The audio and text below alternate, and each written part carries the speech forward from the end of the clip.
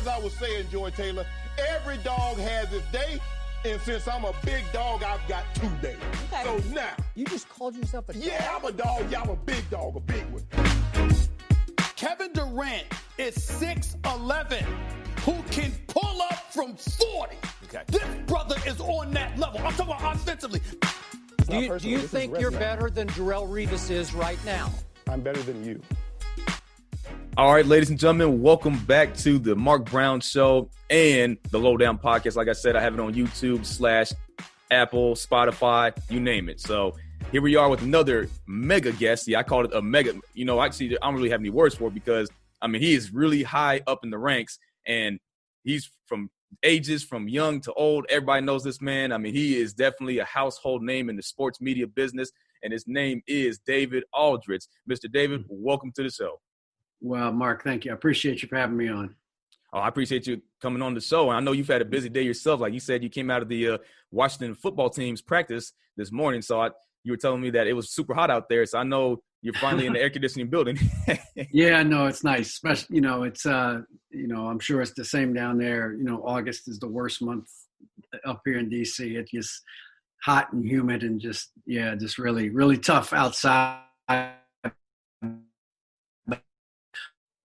Kind of, back before you were born, I covered the football team and they had training camps for 3 or 4 years. So you're used to, this is the time of year you're standing outside sweating. So that's just what it is. And you get used to it. Oh, yep. Especially being out in the heat. Cause I know they practice for at least 2 hours, man. 2 to 3 hours. Yeah, they went about 2:15 today. Yep. Sure did. Ooh, tell me about it. I know, as a matter of fact, I found out, now this is crazy, but I found out I never met him in person, but I found out he's one of my cousins. And he plays tight end. Well, I found out just 3 years ago before he got drafted. And his name is Jeremy Sprinkle. He's one of the tight ends for the Washington football team. Sure. Yeah. No, I mean, he's the blocking tight end, I think is fair to say. I mean, they'll run him out in the route every once in a while. But, yeah, I mean, he's been on the team a couple of years. I suspect he'll make the team again this year because he's a very good blocking tight end. Catches it, like I said, occasionally, but has carved out a good niche for himself. Yeah, absolutely. Yeah, because I remember watching him play when he played for Arkansas, and then he worked his way towards the NFL, got drafted 3 years back. So this is going on his 4th season in the league. So looking forward to seeing how he does. And then, I mean, I know they definitely need help, but we did also find out that, head coach Ron Rivera was diagnosed with cancer recently. So did you have any updates on that too? Or I mean, what he has said is that, he's gonna keep coaching. They think they caught it early. When he has tough days, as you no doubt will have when you're getting treated for cancer. The defensive coordinator, Jack Del Rio, who's been a head coach in the NFL before, will take over those days. Ron Rivera says he's gonna keep at it and keep going. He says he feels great. It's just that obviously he's got to get treatment now for this, and that can, depending on what the type of treatment is, and we don't know what he's going to have to do. But it obviously can take you out of action for a few days, if it's chemo or anything like that, or radiation, and any type of treatment like that is really, wreaks havoc on the body. So when he can't go on those days, that's when Jack Del Rio will step in.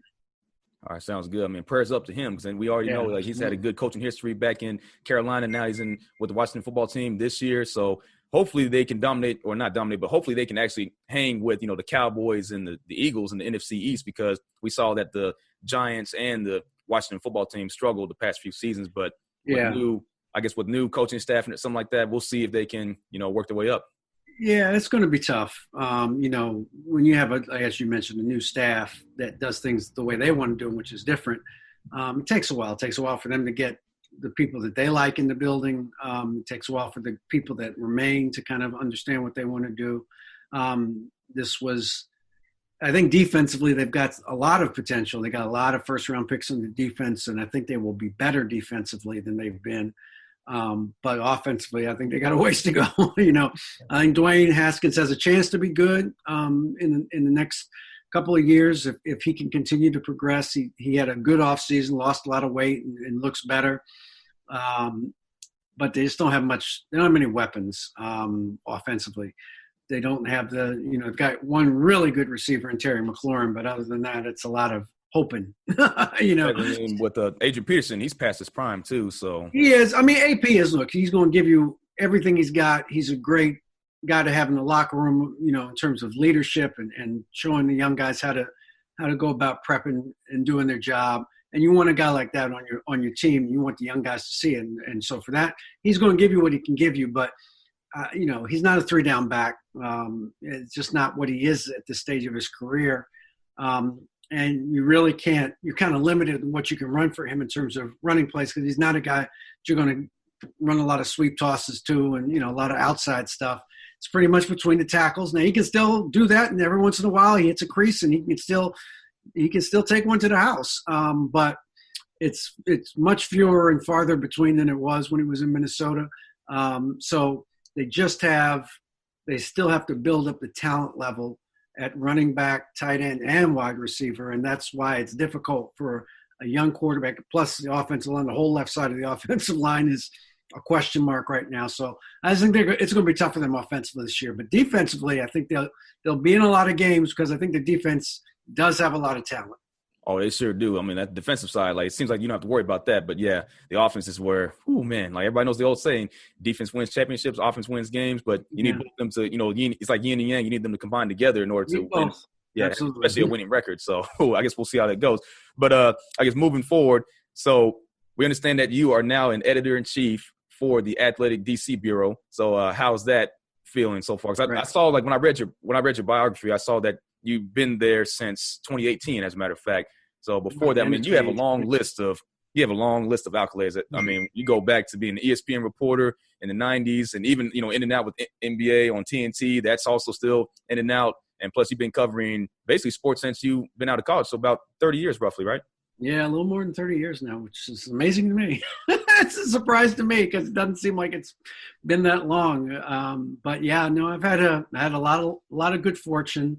But I've been here for almost 2 years now. It'll be 2 years in October, and Mark, I love it. I mean, it's what I needed to be and what I needed to do at this point in my life and my career. It was the exact right thing to do.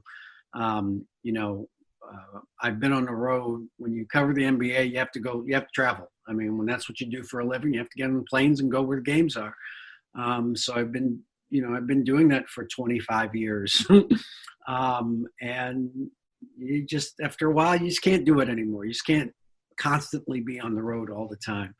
My wife and I have 2 teenage boys that we really, and I certainly felt like I need to be in front of them. I couldn't keep being, the Zoom dad. I just didn't want to be that. I wanted to be in front of them. This is a very important time in their lives. And I felt an obligation to kind of be home more and be in front of them more. It just so happened that this was a great opportunity that came about. It wasn't something that I was looking for, but once it became available, I just, I kept looking for a reason not to take it, and I couldn't come up with a good reason, And after a while, you have to understand that this is being done for a reason, and you have to kind of accept that reason and know that it's the right thing and it's the right move, and it is. And so I've really enjoyed it. I've enjoyed our staff, seeing some of our young reporters really blossom and grow, being able to still write myself, write a lot of NBA. Most 3/4 of what I write is about the NBA, but every once in a while I get to write about the football team or the Nationals or the Wizards or Maryland basketball or football. That's what I wanted. I wanted to be able to think about other things and other sports on occasion, and this gives me the chance to do that. And would you say that you favor basketball out of all the sports, or does it not matter to you? Well, it's obviously the one I know the most about, right? And I think it's the one I know the most people in. So it's certainly easier for me to cover basketball than it is to cover the other sports. But that's part of the challenge and part of the fun of being able to maybe relearn or learn new things about football and baseball that I didn't know. I even tried hockey last year. I'm not going to write a lot about hockey, but it was fun to write about. It was fun to write about something else for once, and it's okay if I don't know as much as other people. It's part of kind of the learning process. But that's what I grew up with, was columnists that wrote about everything. They didn't pigeonhole themselves and write about one sport or one team. They wrote about all the teams, and I wanted to do that. And and again, that's why I consider myself blessed and lucky. I go to the Athletic, and all of a sudden, a baseball team in the Nationals is 19-31. They're about to fire their manager. They're going nowhere. They turn it around. I don't know. They don't know. It just happened. They started playing better. They wound up winning the World Series last year, and that was an incredible, fun run to be on. And to be in Houston for Game 7 and to watch that was terrific, and I enjoyed it a lot. And that's the kind of thing I wanted to do. I wanted to have those moments as well as the great basketball moments that I've been able to have in my life and career. I mean, speaking about some great moments, I mean, I know you have a long list of that, because not only did you witness that, now that World Series, in my opinion, separated itself from other previous ones because no teams won at home, which is I don't think I've ever seen that before. So I was thinking, what is going on here? And then you go from that, and, shortly after the World Series, you had the national championship, you had LSU win, and, then that's when it seemed like that's when all hell broke loose pretty much with, the death of Kobe Bryant, and then the coronavirus pandemic and sports being shut down. And now we're, fast forward to present day, the NBA playoffs are at hand. And before that, I wanted to bring this up. So now I could not forget about this at all, because this is definitely, it's also your Twitter profile pic. I mean, you interviewed former President Barack Obama back on October 27, 2015, on the opening night of the 2015-2016 season.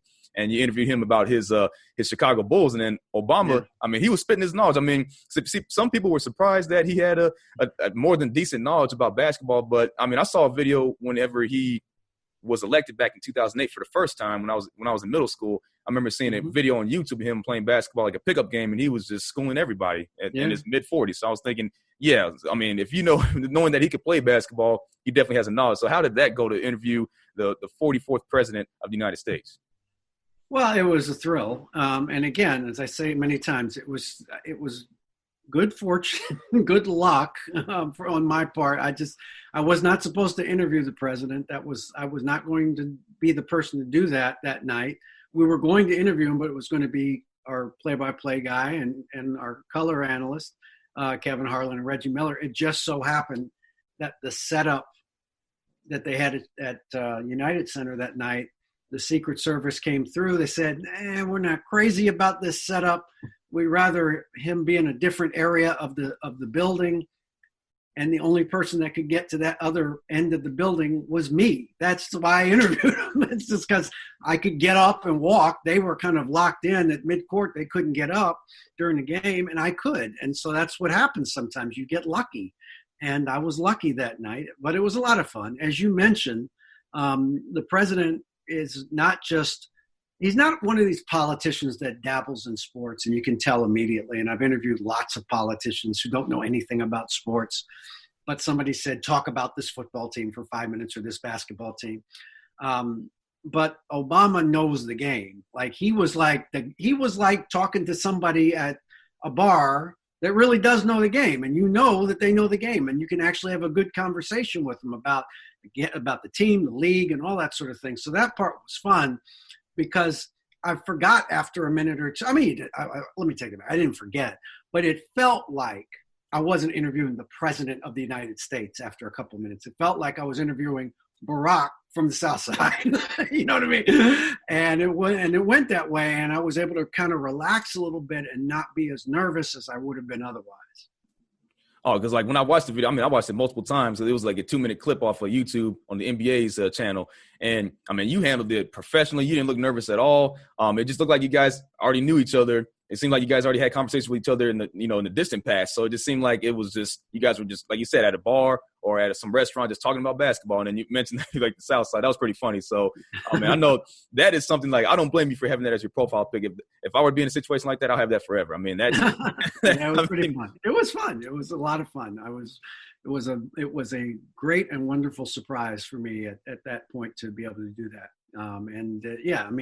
I've been able to interview 2 presidents, so that was they were both great and for different reasons. But that one was really kind of special because I did feel a lot more relaxed. Oh, exactly. So the fact that you interviewed multiple, there you go. Moving on from that, knowing that you covered the NBA for several years, there's another accolade that you have, like within this year, the Last Dance documentary. You were on it. So I saw like it said you were ESPN reporter from 1996 to 2004. And I know that was no wonder you were part of that legendary documentary, because it generated like some ratings that we've never seen before. I think that was actually reported as the highest rated documentary in ESPN history, and people were using the excuse, oh, it's because of the pandemic. I'm like, well, we're talking about Michael Jordan, though. We're talking about the greatest player of all time. I mean, even if things were normal, I feel like there would still be, the ratings would still go over the roof. Yeah, I think you're probably right. I do think it benefited from, I mean, that was right at the point where a lot, not all, but a lot of the country was shut down and people were home and they didn't want to watch something other than the latest numbers about COVID.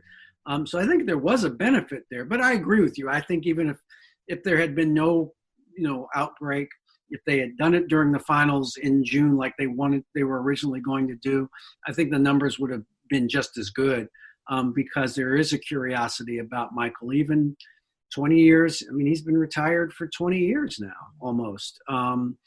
And I was pleasantly surprised, because I think for young people like yourself, I was happy that you all got to see not just how good he was, because he was that good. And I tell people all the time, there wasn't hype. He was that good, okay? He was that dominant a player. But also just to see what the league was like back then and what the rivalries were like and the real hatreds that were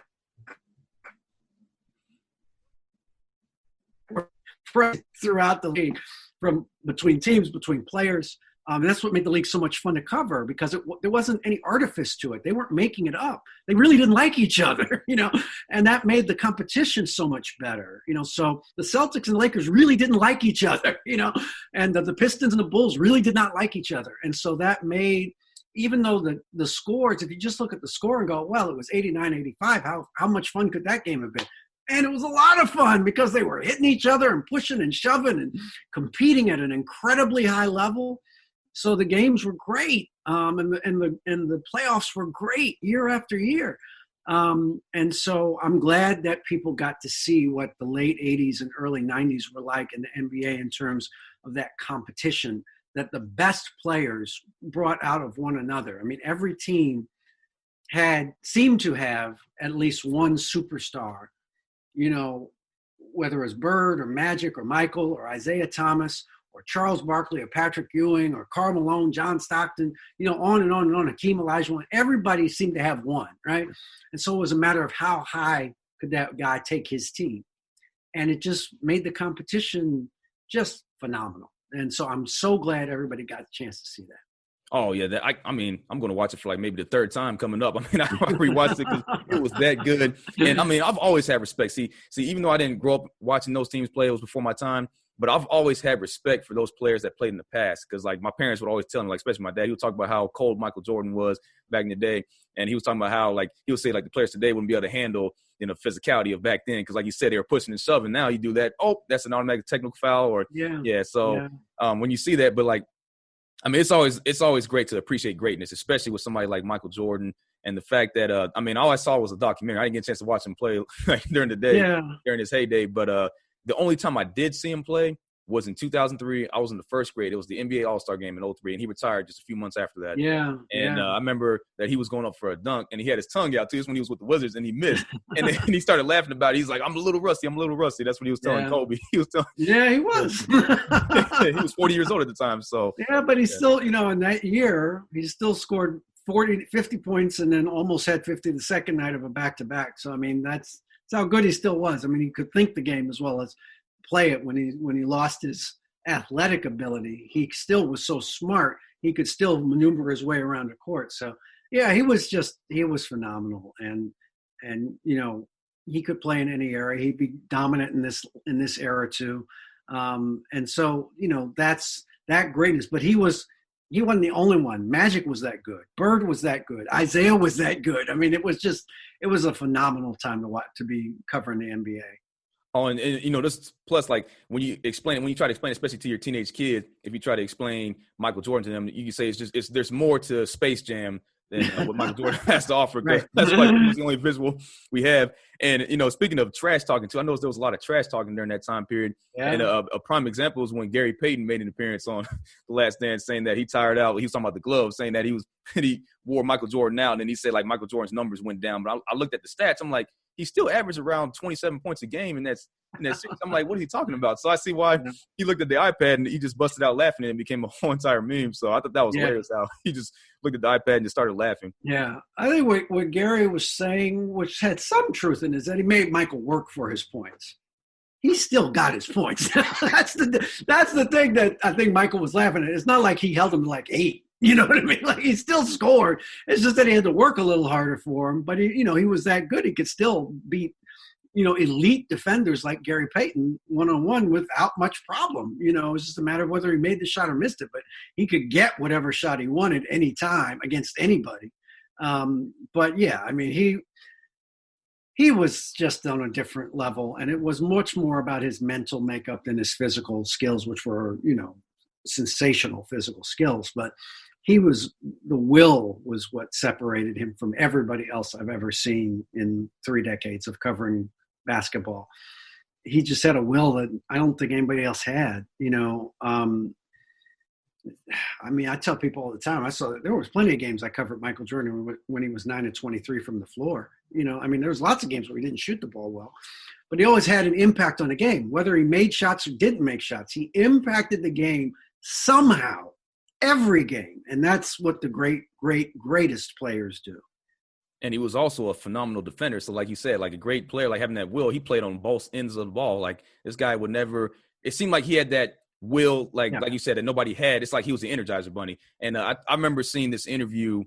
It was in, I think, 2012 or 2011. That's when Russell Westbrook was emerging in the league and with the Oklahoma City Thunder. And Michael Jordan said in the interview that the way he saw Russell Westbrook's tenacity and the way that, how he's like the Energized Bunny today. So he said the way that he saw Russell Westbrook attack the basket and get back on defense and just play aggressively, get some rebounds, do assists, like do everything, away from the ball as well. He said that reminded him of his 1984 to 1987 self. Basically. I think there are some similarities, in terms of certainly in the incredible energy Russell plays with every night is very similar to the way Michael played. The difference is Michael was a much more efficient shooter throughout most of his career. Russell's just not nearly as efficient as Michael was. Now, Michael, back then you didn't take a lot of threes, but as I've often argued with people, knowing everything we know about Michael Jordan, if the three-pointer was important back then, do you think he would have been a great three-point shooter too? The answer is probably yes. He would have worked at it and become a great three-point shooter too. It's just that they didn't shoot a lot of threes back then. It just wasn't something that was a regular part of the game. But yeah, I think there are similarities in the way they play. I think Michael's just a better defensive player than Russell, period. I mean, it just is. He was. Now, as he got older again, he wasn't as good defensively. But for 8-9 years, the first 8 or 9 years of his career, he was as good as anybody defensively. And it's what made the Bulls so difficult, especially once he and Scottie got together and really became a lethal defensive duo on the wings. I mean, they were very difficult to score on the wings. Yeah, I mean, just looking at that team, that's like if you were to compare it to Marvel Comics, that's like the Avengers going in empty-handed. That's like having Captain America and Black Widow fight Thanos by themselves. I mean, that's like basically Scottie Pippen and Michael Jordan is Thanos, and Captain America is Black Widow's like, yeah. So that's basically what you're saying. And I mean, to add on to that, because like obviously, I mean, Russell Westbrook, that was a terrible idea to bring him up, but like I noticed that there's been just endless arguments for ever since I was in high school, I would say. Really, no, not even high school, because LeBron, when he won his first ring in 2012 against the Thunder, because like people used to make jokes saying, oh, he has no rings, blah, blah, blah. And then, he wins in 2012, wins back-to-back in 2013 against the Spurs.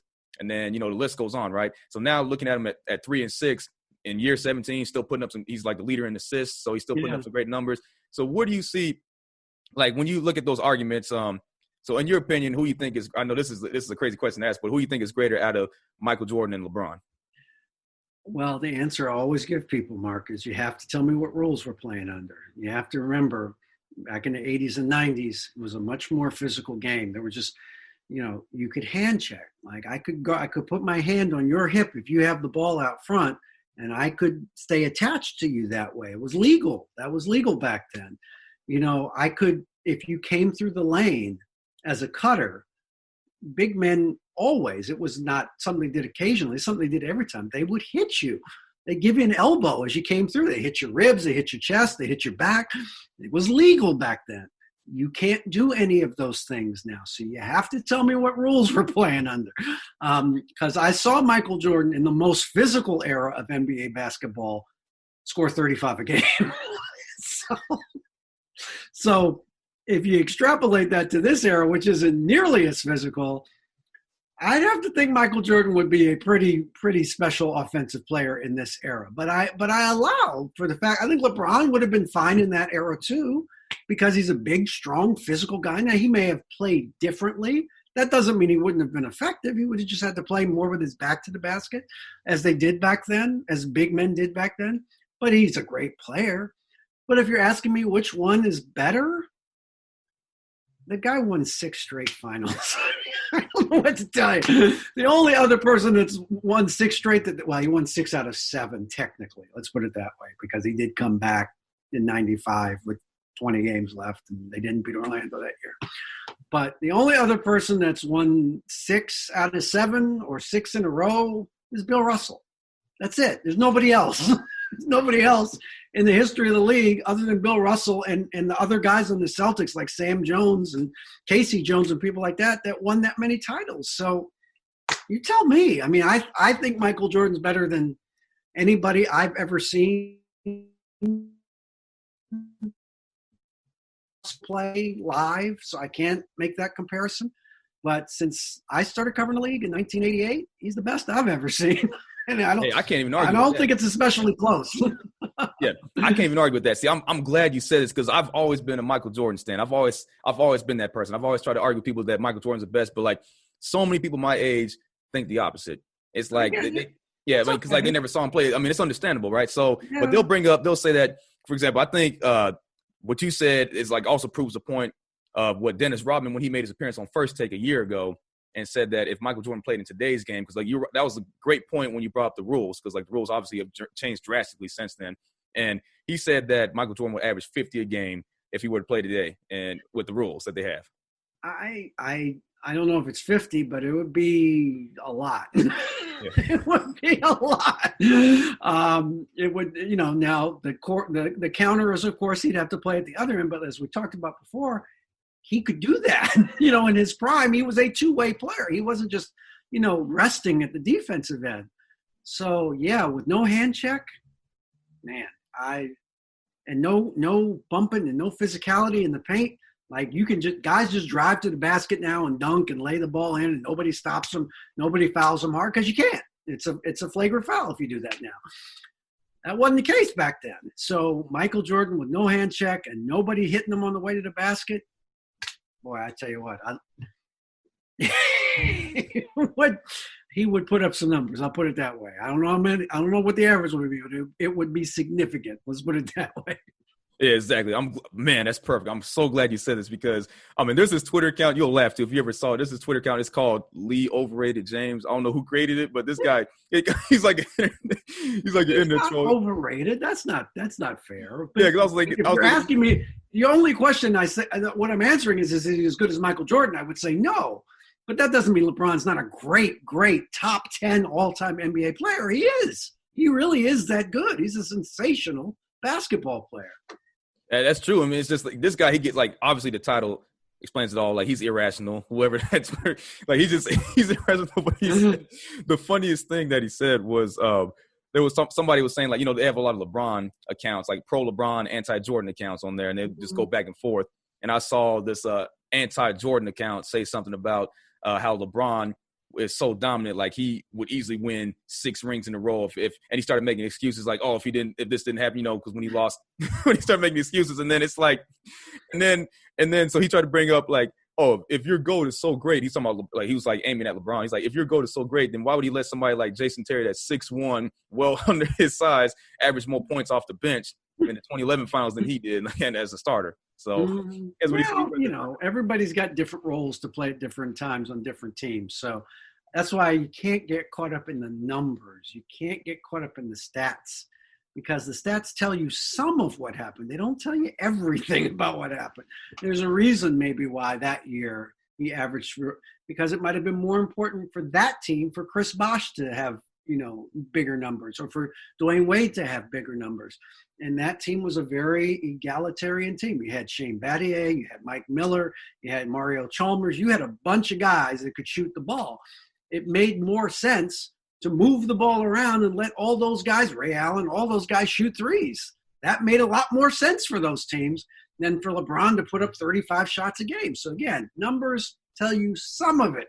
They don't tell you all of it. So you have to know the context of those numbers before you can really make a judgment about, well, who's better is a ridiculous argument anyway. They're not playing each other. It's not like a boxing match where they fight each other, It's different guys in different eras under different rules at different positions who play completely differently. So you're not going to be able to settle this, The people that love LeBron are going to say LeBron. The people that love Kobe Bryant are going to say he's better than Michael. And that's okay. They're entitled to say that. You're asking me my opinion. Michael Jordan is the best I've ever seen. There you go. That's well said. Because I've never heard anybody say any better. Because there's been times where people would say, "Oh, so and so is greater than so and so," and then that's it. And then they won't really have an agenda or an outline of why this person is better. And they won't, So that's how every debate goes. And it's just saying, like, the funniest thing that I've seen on the internet though about this entire debate that's been going on for like the past 5 years? I say since 2016, whenever they came back from that 3-1 deficit over Golden State. So really since then, the funniest thing I've ever seen was somebody tried to claim that, if you were to switch, like, say 1993 Michael Jordan, if you were to switch him with not 2016, so it was the 1993 Michael Jordan, switch him with the 2011 LeBron, right? So you put him in LeBron's place, replace him. And they're like, oh, MJ would have lost too. He would have lost to the Dallas Mavericks, they're saying. And then somebody else responded by saying, oh, imagine prime MJ losing to a Washington. He called him Washington. He said, imagine prime Michael Jordan losing to an older Dirk Nowitzki and a six-man in Jason Terry. Is what he said. Well, I would just say this. As, again, LeBron's great.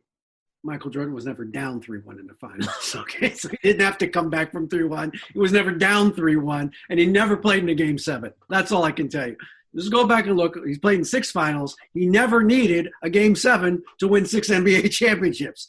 So that tells me that he's on a different level than a lot of these other guys that claim to be the best. And that's all due respect to all these great players. But this guy, once he got to the finals, never played in a Game 7 because he didn't need a Game 7 because he had already won in 6 or in 5. So that, again, we could do this all day, it's fine. I just think that when you look at all of it, the totality of it, and everybody has injuries and everybody plays against superior, inferior talent, depending on the year. All I can tell you is if you look at the last games of the season, his team won most of those. So that's what I judge it on. And I know ring culture, everybody hates that now, but I don't know how else you keep track. We're doing this to find out who the best team is, right? That's exactly why we have a season, is to find out who the best team is at the end of that season, right? So, yeah, why wouldn't you use rings as a way to measure the effectiveness of the championship or the greatness of a particular player or team? Yeah, exactly. Because a lot of people don't even like. They're like, "Oh, there's more than just rings. There's more than just rings." But I'm like, that's true though. That is true. That is true. I get what they're saying, but they start bringing up, like you said, like there's more to basketball than just stats. Because he said they don't show everything. So I know it's like a lot of people who used, especially mainly on the LeBron side, is like they'll use stats all the time. I was saying, because if you don't, don't get me wrong, like LeBron's stats are up there. It's like it's up there. Yeah, it's incredible. It's incredible. He also came into the league right out of high school. There you go. Again, most of the players back in the day played 2 or 3 years of college before they came into the NBA. So if Larry Bird or Magic Johnson had come into the NBA straight out of high school, their numbers would be greater. Michael Jordan played 3 years at North Carolina before he became a pro. If he had come into the NBA straight out of high school, his numbers would be higher than they are now. So, I mean, again, you got context matters in these things. So it doesn't mean that LeBron's not great, but he's played 17 years in the NBA, and most of those guys didn't get the 17 years. Jordan did because he played till he was 40, but Jordan at 40 is not as good as Jordan was at 35. And if he had come out of high school, he would have been 35 in his 17th year, and his numbers would have been greater. This is the only point I'm making. Yeah, that's a really good point. I'm going to definitely hold on to that point that you brought on. But, that leads to this. So now when you talk about the current NBA, I mean, we're in the middle of the NBA playoffs. We've already seen 2 teams, as a matter of fact, get swept already. So we saw Philadelphia. I mean, there was a disappointment in Philadelphia. They got swept. And same with the Brooklyn Nets. That was expected, though. That was expected because, Kevin Durant didn't even play all season. Kyrie Irving was in and out of injury. And DeAndre Jordan didn't even participate in the bubble. So it's like, your greatest player at that point is Karis LeVert. I mean, he put up some great numbers, and he played really well. I mean, especially that game where he really stood out was when they played against Portland towards the last regular season game in the bubble. And Karis LeVert was a huge problem for Damian Lillard, and Damian Lillard did admit that he was cold. So we expected the Nets to, get swept. So now the Raptors are playing the Celtics. So that's going to be – I mean, they're going to be going back and forth. It's going to be like arm wrestling. So I can't wait to see that series. And today, I mean, we got about 30 minutes until the Oklahoma City Thunder are playing against the Houston Rockets, as a matter of fact, in game. So they're 2-1, so this is game 4. Yeah, Game 4. So we're going to look at game 4. And, I mean, Chris Paul, he made up for what he said because after game 2, when they went down 2-0, he said that he needed to show up. And, with the top 3 players, when you had CP3, Dennis Schroeder, and, you had the third guy as well. I can't think from the top of my head. Shai Gilgeous-Alexander. Yeah, that's right. There you go. Shai Gilgeous-Alexander, who's a second-year player, right? So those 3 guys all stood up, had 20-plus points. They great. Yeah, they played great. 3. So they needed that. But the fact that they needed all 3 of those guys to step up without Russell Westbrook tells you that the Houston Rockets are definitely a dangerous team in the West. And James Harden was off in game 2, and they still lost because you saw their supporting cast, like the bench players. You had Jeff Green show up. You had you had the key role players and Eric Gordon, PJ Tucker. Those guys were all just balling out. And then I think it was game 2 or game 3 where they shot more 3-pointers, had more 3-point attempts in NBA playoff history. I was thinking, man, more than the Warriors in 2016. Yeah. No, that's what they do. I mean, that's their MO is that they're going to shoot a ton of threes, and James is an amazing facilitator and guys open looks, play after play after play. If he's not taking them himself, so I mean he's a force offensively. He's probably the biggest offensive force in the game right now. And Luka might be second right now in terms of their ability to score and distribute the basketball. So they're very similar to one another. Actually, if you think about it, it's just that one's left-handed and one's right-handed, but they play the same way. So. I think you're right. Houston is definitely a threat. I think if they can get through this first round, which I think they will eventually, and hopefully they get Westbrook back for the later rounds, I think they have a chance. The issue with Houston to me is it's not that they play small. It's okay to play small. Put your best 5 players out on the floor. And what I worry about with Houston is the kind of what I would call accidental injury. Nobody's doing anything they shouldn't be doing. It's just that if you have somebody giving away 40 or 50 pounds to a big man, stuff happens sometimes. A guy gets a rebound, he turns around, he doesn't mean to do it, turns around, he has his elbows up, he hits a guy in the head, concussion, or, PJ Tucker or someone's trying to battle a big guy for a rebound, they get twisted up underneath, somebody a guy that weighs 50 pounds more than you do falls on you, he can hurt you. He can hurt something on you. And that's what I think I would be worried about if I was Houston. Not that they can't beat anybody playing small. They can. It's just that you worry about, as I said, the accidental injury where it just becomes a matter of physics. It's not a matter of intent. It's just that somebody that's much bigger than you can hurt you if you're not careful. So, or just do it by accident. And that happens, especially in playoff basketball when guys are really giving you maximum effort. They're giving you second and third efforts. They're taking charges. They're contesting shots. They're late contesting shots. And all of those things can lead to those types of injuries that tend to take people out. I mean, think about everything that changed in the NBA because Kawhi Leonard got hurt shooting a jump shot. You know what I mean? Like, it was just a standard jump shot. It's just at that particular time, my man's, now I'm blanking on his name, he stuck his leg out. It's what you do in the playoffs. He wasn't trying to hurt Kawhi. He was trying to contest a shot. And Kawhi jacked up his ankle, and that was the end of the Spurs. Basically, that was it. And that happens in the postseason because people are going all out, and it's hard for a big man to stop his momentum once he gets started going in one direction or another. Exactly. I mean, that's a really good point because, I mean, with small ball, you have to make adjustments, like you said, with the Rockets. And then, I mean, Kawhi, I mean, the name Kawhi Leonard, he's done so much these past few years. It's like, you know, you go from one team to another and winning championships with them. So not only did he win with San Antonio, he also won in Toronto last year. And, I mean, it's just like this year, I mean, it's kind of hard now because they're tied 2-2. Like, that's what I like about the bubble. The bubble, like, there's no home court advantage. Everybody's been saying that, which is evidently true. So it's like when you see this, I'm curious to see what happens next with the Clippers and the Mavs because after Luka's 43-point triple-double, like anything could happen. No, there was no Kristaps Porzingis. I mean, Dallas is definitely showing up in this series. So it's like when you see them play, it's kind of hard to determine who's better than who. But the only what I've really seen that nobody's been talking about is Donovan Mitchell. This guy is averaging. He's the leading, like the team, like actually not team leader. He's like the NBA leader in the postseason with points. He's averaging like 38 or 39 points a game. Dropped over 50 last night. Mm-hmm. I mean, to see him and Jamal Murray go back and forth. I mean, it's weird because in game one, Denver won overtime, and then next thing you know, they got blown out in game two, got blown out again in game three, and in game four, it's just they embarrassed themselves like towards the end. So it's like, well, I wouldn't say they embarrassed themselves, but they just got outplayed. Good game, just they got outplayed. It's a great player, yeah. And Donovan Mitchell's not really getting as much credit as people should, but like I guess it has something to do with small market because he's in Utah. And maybe, that might have something to do with it, but I think it's, I think as he becomes more of a household name. I mean, remember, it took Dame a long time to get the kind of attention that he's getting now, and part of it is the market you're playing, to be sure, but you got to win too. And the fact that Portland had kind of been a not very successful playoff team, and then all of a sudden last year they get to the conference finals.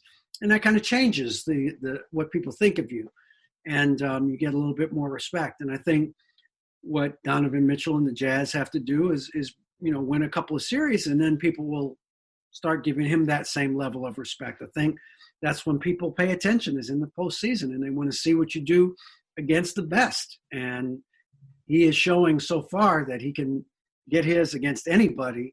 I thought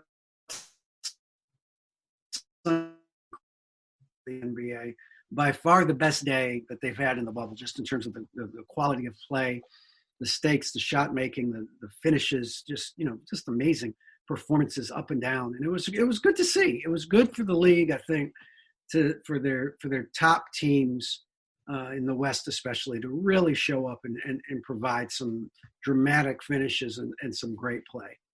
Exactly. That's why the West right now is just highly entertaining to see because like the winner of the Clippers and the Mavs are going to be playing the winner of the Jazz and the Nuggets. So that, I mean, anything can happen at that point. And then you got the winner of the Lakers and Trailblazers with winner of the Thunder and Rockets. And now for the East, we already have a semifinal matchup coming up this week.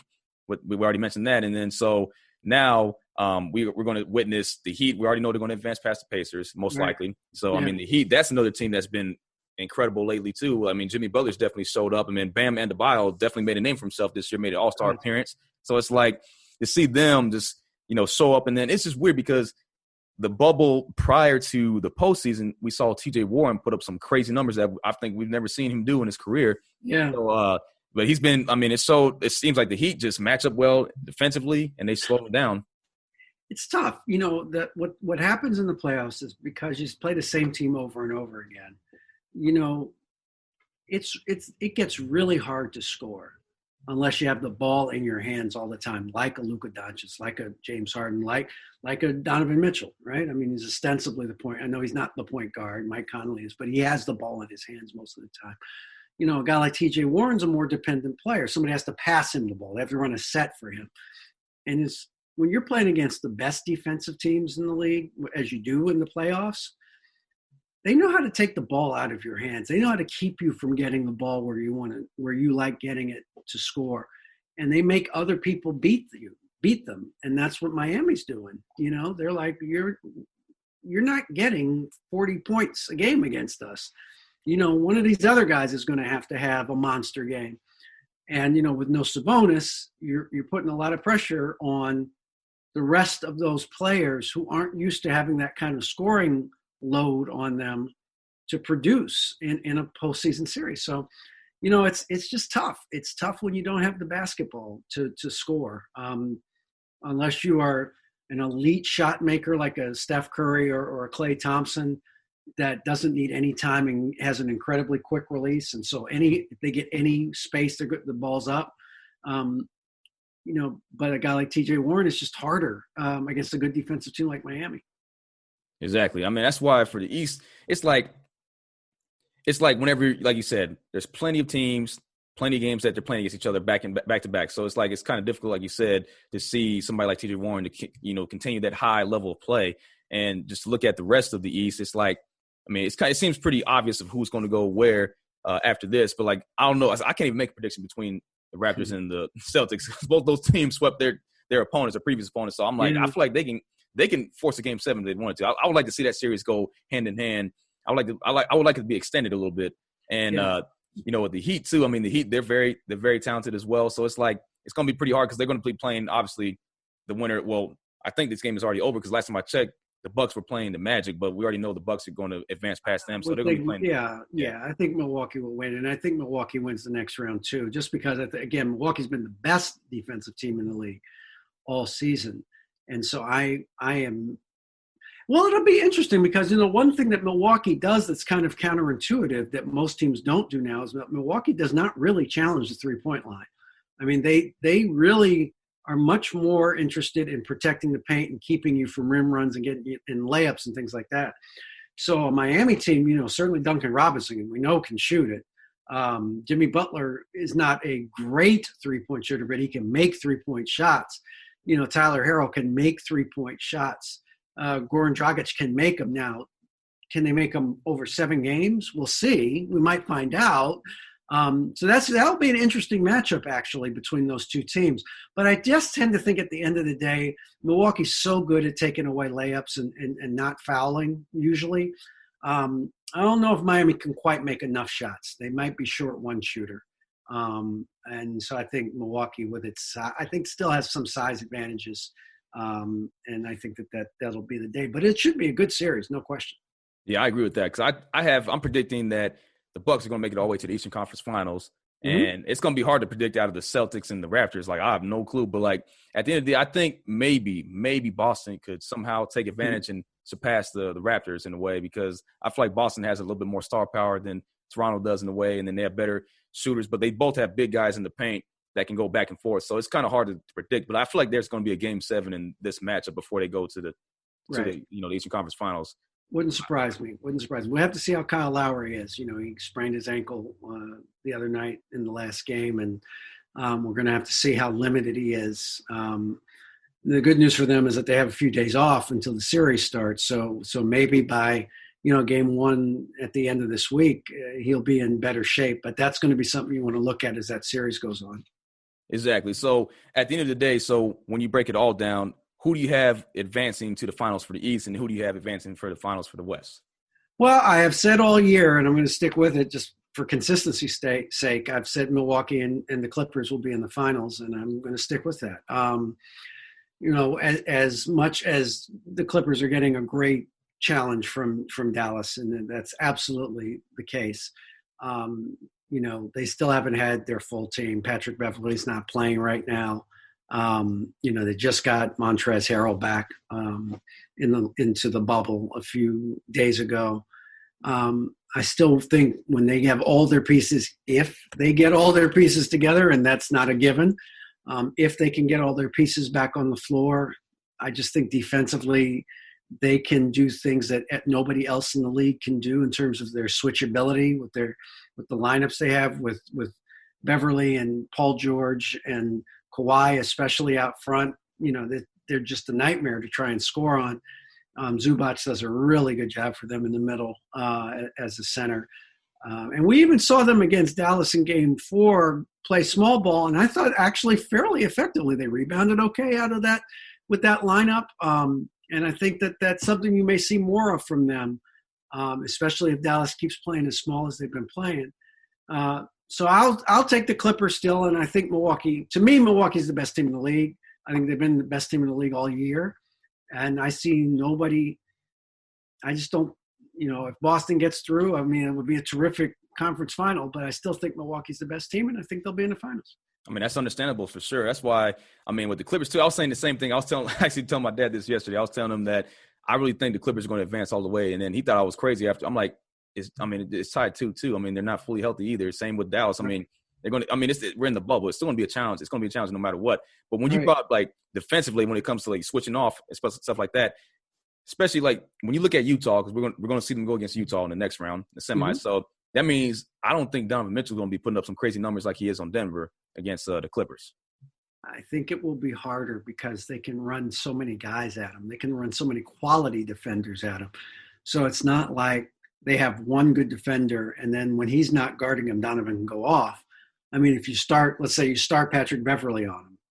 At some point during the game, then Kawhi's going to rotate on him. Then some point, Paul George is going to rotate to him.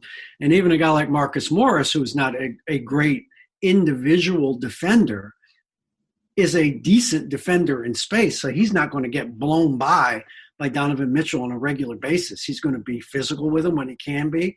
He's going to contest shots, So that's going to be 30, 35 harder shots than Donovan Mitchell's getting now against Denver. Now he's just walking in the threes. Easy, these are easy looks for him. You clear out a side, you give him a brush screen, and off he goes. You're not going to be able to do that against Paul George or Kawhi Leonard or Patrick Beverley on a regular basis. Now, there'll be times where he gets to the cup, but not every possession. And that's where great players get into an offensive rhythm. Teams like the Clippers disrupt a great player's rhythm, makes it difficult for them to get going. Exactly. I mean, that's well said, too. And then you look on the other side between the Lakers and Rockets, which is most likely about to happen in the semis. I think with Westbrook back, I feel like it's going to be a really good series. But at the end of the day, I feel like the Lakers are going to, take the advantage over them and advance to the Western Conference Finals. That's why I see it. To me, it all depends on Anthony Davis is the key to that particular series. He's got to punish the Rockets for playing small, for putting a guy 7 inches shorter than him on him. He's got to punish them for that. He's got to have 35, 40-point games against them and make them get out of that lineup. And if he does that, the Lakers will win that series. But if he is 1 game on, 1 game off, he has 28 one game, he has 17 the next, instantly punish them for that lineup, then I think the Rockets have a very solid chance of winning that series, because I don't think the Lakers have anybody without Avery Bradley, who's not there. I don't think the Lakers have anybody who can guard James Harden. I just don't think they do. They'll put a lot of different guys on him. Rondo may be healthy by then. I'm sure he'll get a chance or two, and Rondo's really smart. And so he may be able to beat Harden the spots. Maybe he draws a charge or two. But over the course of 7 games and 48 minutes, I just don't think the Lakers have an answer. I don't think they've got anybody on their roster that really can stay in front of James Harden. And Danny Green's a really good defensive player. So this is not a criticism of Danny Green. It's just that James Harden is really hard to guard. Yeah, I mean, he's definitely showing it right now. I mean, even when he has the off game, his supporting cast sure plays a huge role in it. So that's another thing. That's why that was also a good point. I think, and with Russell Westbrook back, I mean, you already know this guy's going to have a lot of assists, a lot of rebounds, and then he's also like an energetic player. So he attacks the basket all the time. So they're going to have to worry about 2 superstars instead of just 1. So I don't know how they're going to do that. And then, there's LeBron, since he's older, I mean, LeBron's not going to be the key player, like you said. Anthony Davis has been the team leader as far as assists, not assists, but points and rebounds. He's the team leader. And then LeBron's leader in assists. So it's like it's easier to guard LeBron than Harden right now. Because you're 17. Well, yeah, I mean, my suspicion is Covington will guard LeBron and just do it the best he can. And, there'll be games where LeBron is great and scores 40, and there's nothing you can do about it. But you can live with Covington, a guy like Covington guarding LeBron. You just live with it, and you live with the results if you're Houston. What you can have is LeBron getting off and AD gets off too. That's when it's hard for Houston, I think, to stay with them. or harder, I should say, for Houston to stay with him, and becomes a problem, because then if AD's really rolling, he's getting guys in foul trouble too. It's not just scoring with no consequences. He's drawing fouls on PJ Tucker. He's drawing fouls on Eric Gordon. He's drawing fouls on Robert Covington. He's bigger than all those guys, and he should draw fouls against them. But if he's passive and he's facing the basket and shooting jumpers, then that's going to be a little easier for them to deal with. Yeah, I can't wait for that series. I mean, I feel like that's going to be a well-watched series right there. I'm looking forward, since me being – I'm a Thunder fan. I didn't even mention that, but I'm a Thunder fan. But, like, I already know, these guys have a bright future ahead of them, with Sam Presti's, like, gamble with all these first-round picks coming up. The fact that they made the playoffs, they had a 0.2% chance of making it. So, the fact that they're in, I'll take it. Phenomenal story. It's a phenomenal story. It really is. That's why and the fact that they actually got a win over Houston is also phenomenal in my opinion. And then if they were to somehow, I don't see it happening, but if they were to somehow tie the series tonight, then again, anything could happen. Yeah, that's why when you look at the Lakers and the Rockets matchup, man, it's just because I already feel like, Harden's already showed, he's already proven himself for the past 3 to 4 seasons that he's unguardable. He's done that. Like, he's already, like, that's hands down, no argument. Like, that guy, his step back three is just so smooth and crisp that it seems like it's impossible. It's kind of similar to when KD, whenever he's healthy, he's unguardable too. Like, whenever KD does those quick jumpers, same thing. Right. So Harden put himself in that category. And the fact that Russell Westbrook, James Harden, and Kevin Durant were all together at one point 8 years back.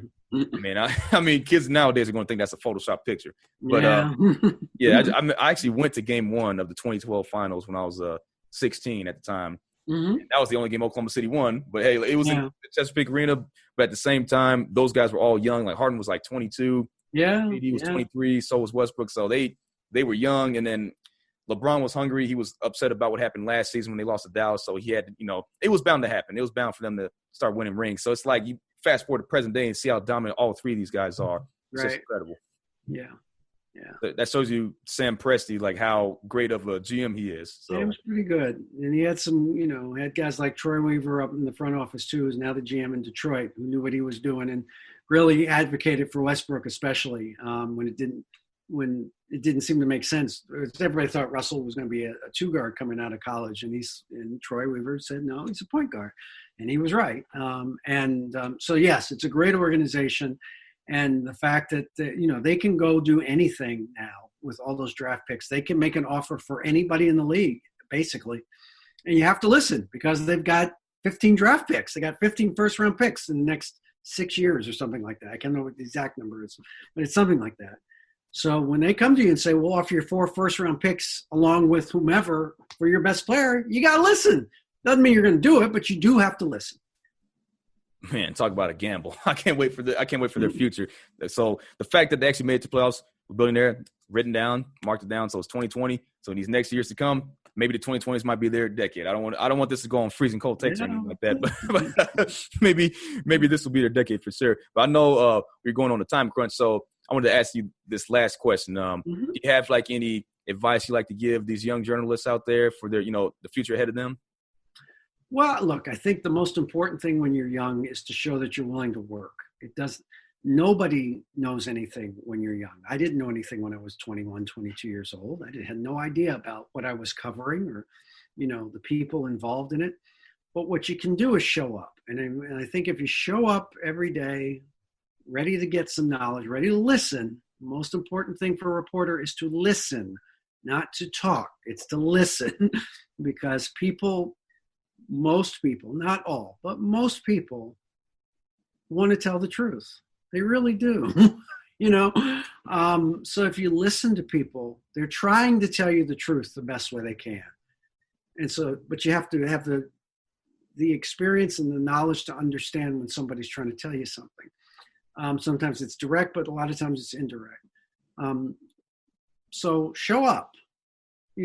Be there, be present at events. The answer is always yes. Doesn't matter what it is. Can you go cover this? Yes. It's always the answer. Doesn't matter if you've never covered it before. Doesn't matter if you don't know anything about the sport. It does not matter. Go cover it. Do the best you can. Read up as much as you can and do the best you can because that's how you get better. You get better. It's like anything else. You become a better violin player by practicing playing the violin. You become a better bicycle rider by practicing riding a bicycle. You become a better reporter by being a reporter. That's the only way you can become better at it, you know? So that's what I would say, is to never be afraid to try something different. You all are very good at, from the social media side, you guys are much better than we ever were. We didn't have social media back then. But you guys are very familiar. It's easy for you to go back and forth between, you know, Instagram and TikTok and all the other one, Twitch and everything else that you use. Like, you don't use Facebook, right? Because that's for old people, right? That's right. That's I've been told. But so from that standpoint, you're so far ahead of the game because this is easy for you. You've been doing this your whole life. The computer's been part of your life your whole life. So you're very, you know, editing a piece on a computer is not a big deal to you. Shooting a piece is not a big deal.